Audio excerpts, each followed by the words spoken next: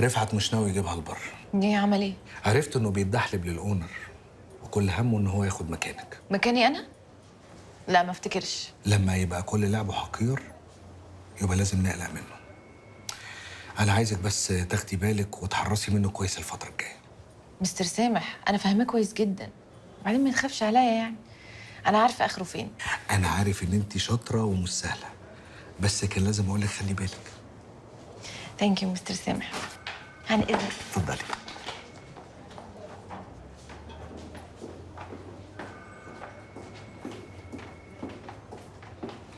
ازيك يا ملك؟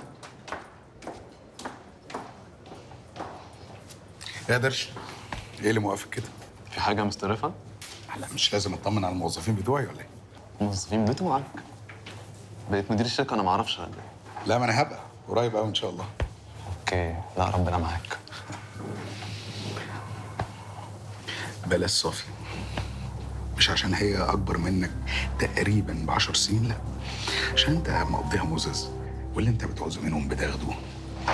انما صافي مش لونك. بلاش صافي. ها؟ لا أنت فاهم غلط على فكرة. لا كده ازعل، لان انا بفهم كل حاجه صح وصح جدا كمان. ألف سلامة. ازيك يا صافي؟ ازيك يا رفعت؟ فاضية؟ لا بصراحه مش فاضيه يا كريم، بس ايه في ايه؟ اتفضلي.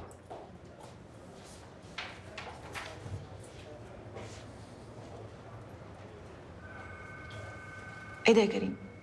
دي استقالتك؟ أيوه. انت بتهرج يا كريم؟ أنا مش هينفع أكمل بعد. بعد ايه؟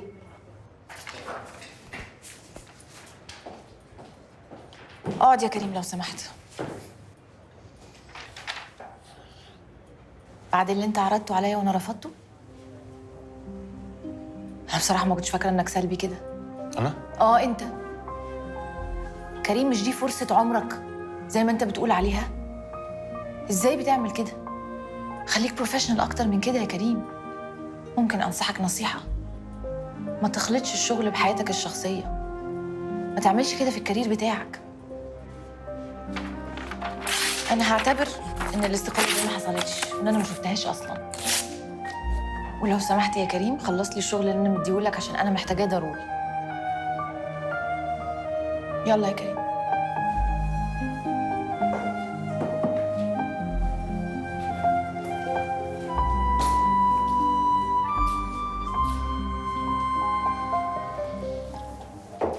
اتفضلي يا صافيه.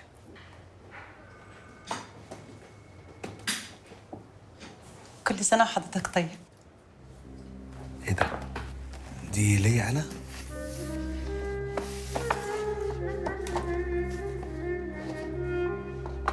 وانتي عرفتي منين ان انا عيد ميلادي النهارده؟ يعني عرفت. متشكر قوي. انتي عارفه ان رنا مراتي اللي احنا متجوزين عن قصه حب كبيره قوي، ما افتكرتش ان النهارده عيد ميلادي اصلا.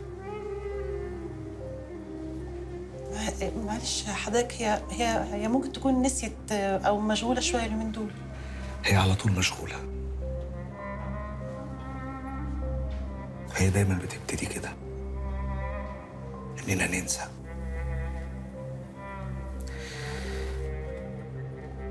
بننسى كل حاجه حلوه كانت بينا، الكلمه الحلوه، الخروجه الحلوه.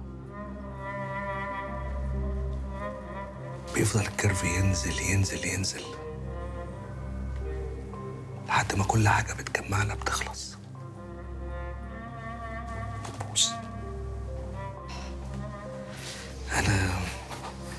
انا اسف اذا كنت دوشتك، لا أبدا. بس متشكر قوي على الهديه. بجد بجد انا مبسوط ان انا عندي اخت زيك. طب هستأذنك مستر سامح.